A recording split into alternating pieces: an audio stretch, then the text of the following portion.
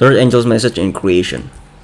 Setiap nabi-nabi di masa lampau, setiap cerita dari Alkitab, semuanya berbicara tentang masa kita. Karena karakter Tuhan adalah sama kemarin, hari ini, dan sampai selama-lamanya. Dia juga mengungkapkan kebenarannya dari awal tentang apa yang akan terjadi di akhir. He declared the end from the beginning. Dan kita akan melihat konsep-konsep seperti ini tentang apa yang akan terjadi di akhir zaman, pola di akhir zaman, berdasarkan apa yang Tuhan sudah ungkapkan di awal, yaitu di penciptaan. Kejadian 2 ayat yang ke-7. And Yahweh Elohim formed man.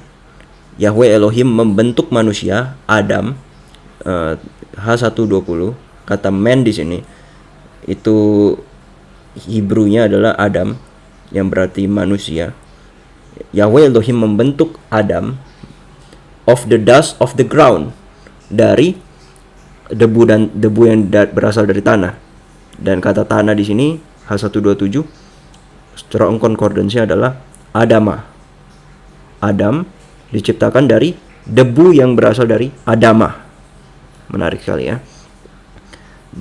And breathe into his nostrils the breath of life.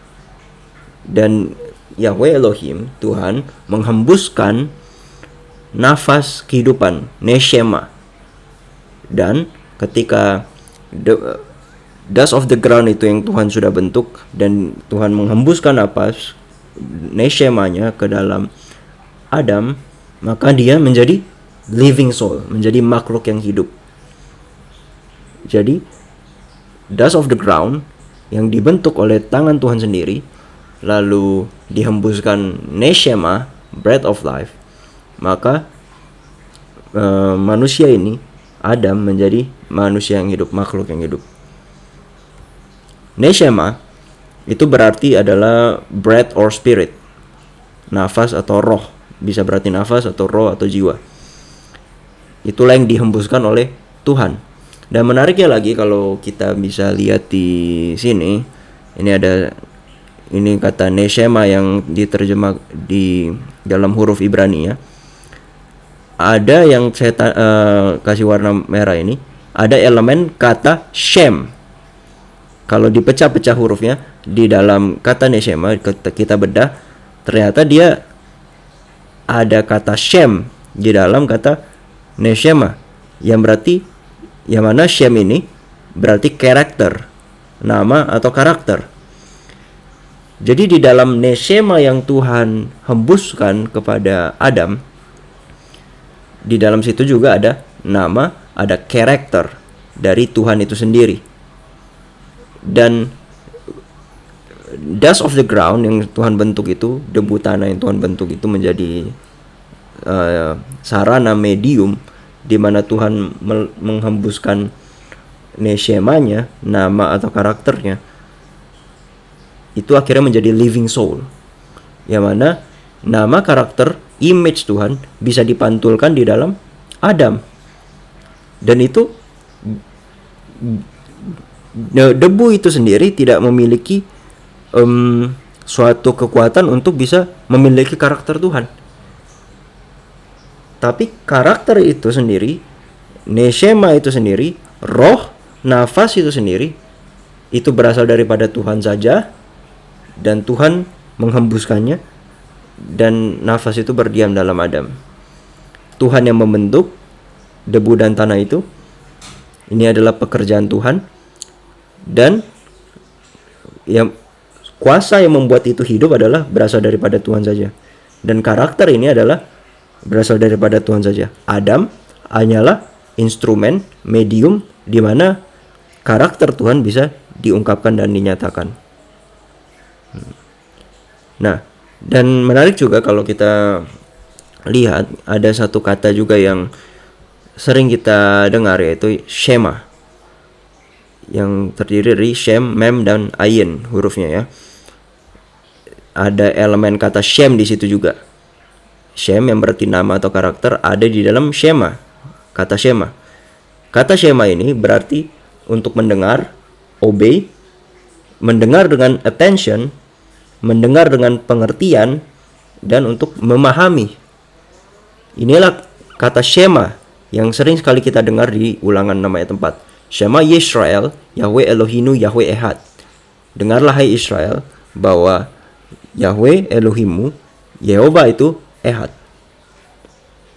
Nah, jadi bagaimana kita bisa memperoleh karakter dan tabiat dari Tuhan itu sendiri? Shem, karakter dari Tuhan itu sendiri adalah ketika kita Shema, mendengar, obey, mendengar dengan pendengaran yang menghasilkan pengertian, mendengar dengan penuh perhatian, dengan fokus, itu menghasilkan pengertian, dan itu yang akan membuat kita menurut. Oke. Shema dan faith, Shema dan iman. Iman timbul dari pendengaran, dan pendengaran akan firman Tuhan. Spesifiknya adalah pendengaran akan firman Tuhan. Dengan firman Tuhan, langit dan bumi ini dijadikan. Begitu juga kita bisa memiliki iman, kita menjadi manusia baru ketika kita mendengarkan suara Tuhan. Yohanes 6 ayat 63 mengatakan bahwa adalah roh yang membangkitkan, dan flesh itu, daging itu tidak ada keuntungannya sama sekali. The flesh profited nothing. The words that I speak unto you, they are spirit and they are life. Firman yang aku sampaikan kepadamu, mereka adalah roh dan mereka adalah hidup. Firman Tuhan adalah roh, adalah neshema, adalah hidup yang Tuhan mau hembuskan kepada kita, Adam, yang diciptakan dari dust of the ground, Adama. Itulah yang Tuhan mau hembuskan kepada kita. Inilah firman Tuhan. Suatu kali ada pernyataan statement dari Yeshua sendiri tentang ketika anak manusia datang, adakah dia dapati bukan saldo di bumi, bukan kekayaan manusia di bumi, bukan kehebatan manusia di bumi, bukan seberapa terkenal kita, tapi yang dia tanya adalah apakah ketika anak manusia datang dia temukan iman di bumi. Tentunya ini adalah iman yang bekerja, ya. Iman yang bekerja, the faith of Yeshua, di mana dengan iman kita menerima dia. Oleh iman Yeshua tinggal sepenuhnya dalam kita, dan image dari Yeshua, gambar dan rupa Tuhan yang juga ada di dalam Yeshua, itu ada dalam kita ketika kita terhubung dengan Tuhan melalui iman. Galatia 2 ayat 20. So, kita sangat membutuhkan neshema ini. Dan bagaimana kita dapatkan? Ketika kita mendengar firman Tuhan, kita percaya akan firman tersebut, kita mengklaim janji-janji Tuhan tersebut, itulah yang menghidupkan kita. Karena manusia tidak hidup dari roti saja, tapi dari setiap firman yang keluar dari mulut Tuhan. Kita hidup dari neshema yang berasal daripada Tuhan. Dan neshema ini harus kita shema, kita dengar dengan pengertian, dan ketika kita betul-betul mendengar, kita memahami, itulah yang akan membuat iman itu bekerja ketika kita percaya. So, jadi the word of God, kita shema, kita percaya, itu akan menghasilkan iman, dan iman itu bekerja. Faith that works, itu sudah otomatis. Dan ketika ada iman ini, yang mana iman ini berasal daripada Tuhan, kita sedang ujung-ujungnya akan melakukan pekerjaan-pekerjaan Tuhan. Karakter dari Tuhan akan dihasilkan dalam diri kita. Faith that works. Efesus 3 ayat 14 sampai 17. Oleh sebab itu aku tunduk, I bow my knees, aku bertelut, aku tunduk bertelut di hadapan Bapakku, Bapa dari Yeshua HaMashiach, Tuhan kita, yang mana seluruh keluarga di surga dan di bumi dinamai oleh Bapa kita di surga, Yehova.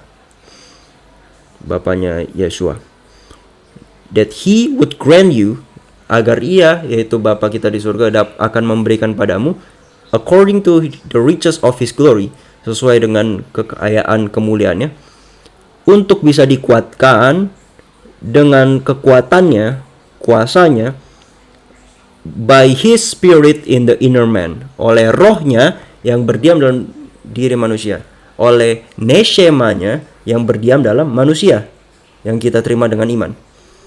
Ketika rohnya sudah berdiam dalam kita manusia, kita dikuatkan.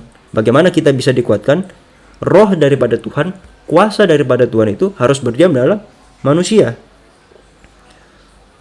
Ketika roh Tuhan sudah ada dalam manusia, maka Kristus, Yeshua, bisa berdiam dalam hatimu oleh iman. Kembali lagi, ketika kita Shema, kita menyadari, sebenarnya langkah pertama adalah kita harus menyadari dulu kondisi kita ya, bahwa dalam kita ini debu. Kita tidak bisa bekerja dari diri kita sendiri. Kita tidak punya kuasa. Ketika kita sadar itu, kita merasa kita nothing, kita merasa kita helpless, tanpa pertolongan, nggak bisa berbuat apa-apa. Disitulah kita datang kepada Yehova, Bapa kita di surga, melalui Kristus anaknya. Kita datang, kita percaya, kita mau menerima neshema tersebut. Kita datang melalui firman Tuhan, kita belajari, kita dengarkan suara Tuhan melalui firman-Nya. Kita klaim janji-janji Tuhan. Oleh iman, roh itu dicurahkan kepada kita. Ketika kita merasa kita sangat membutuhkan roh tersebut, dan Kristus akan berdiam dalam kita. That ye being rooted and grounded in love. Agar kita berakar. Ini yang penting, berakar.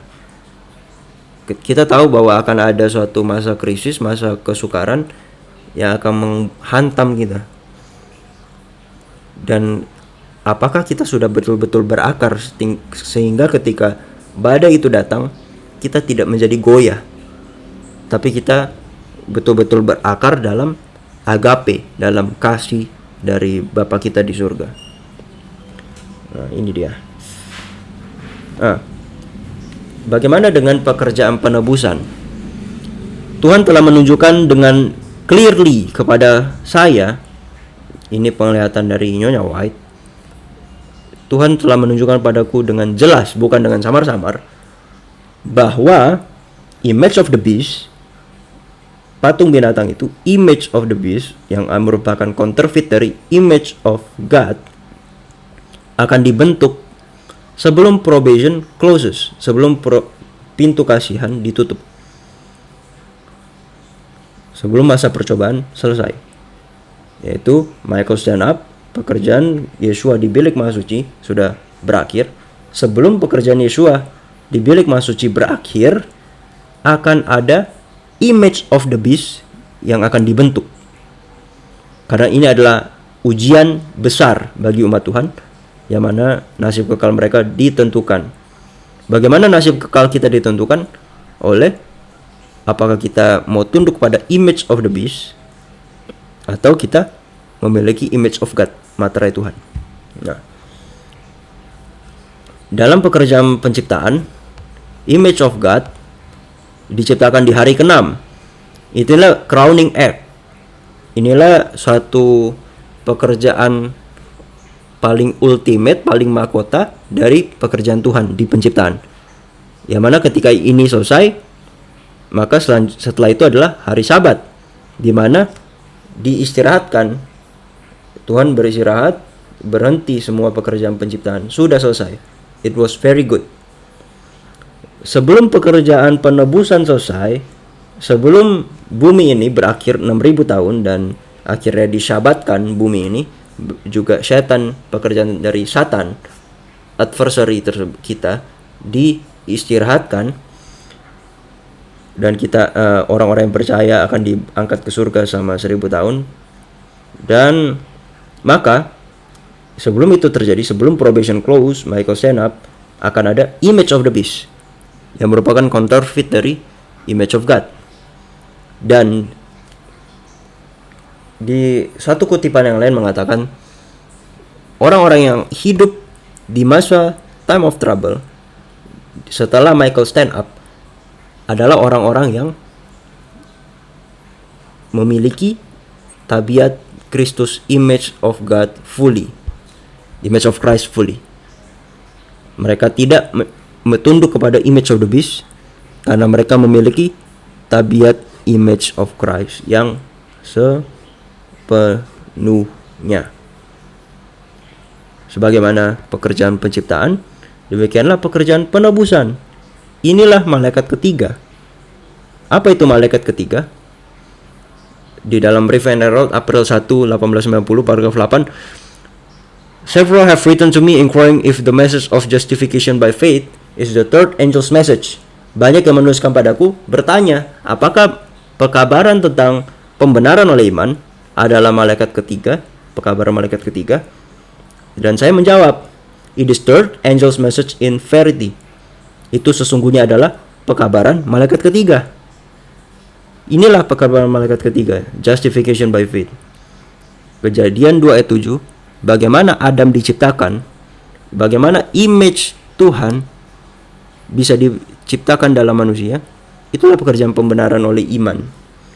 Di mana Adam tidak bisa berbuat apa-apa, dia hanya merelakan diri, dia bahkan dari debu diciptakan dengan tangan Tuhan, lalu dihembuskan neshema dari Tuhan, yang mana dalam debu itu sendiri tidak ada kuasa untuk hidup sendiri. Dia harus mengandalkan neshema dari Tuhan. Akhirnya ada menjadi living soul, makhluk yang hidup, lalu dia memantulkan image Tuhan 100%. Inilah yang akan diulangi kembali dalam pekerjaan penebusan. What is justification by faith? Apa itu pembenaran oleh iman? Adalah pekerjaan Tuhan dalam meletakkan kemuliaan manusia di debu. Kemuliaan kita harus diletakkan di debu.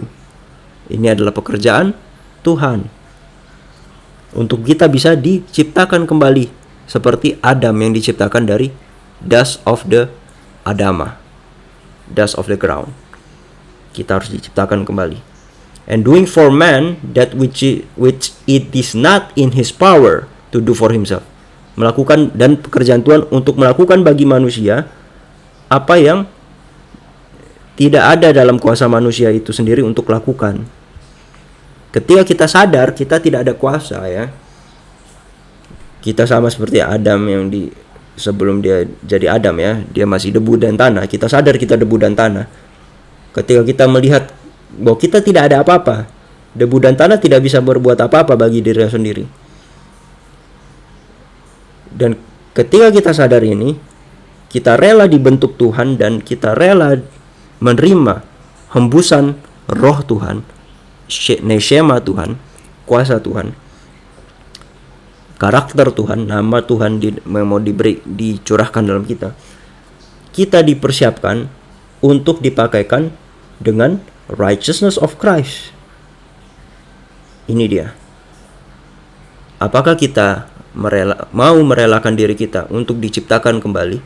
Kita mau merelakan diri kita dikuasai oleh roh Tuhan 100%. Inilah doa dan pengharapan kita, ya. Tuhan memberkati.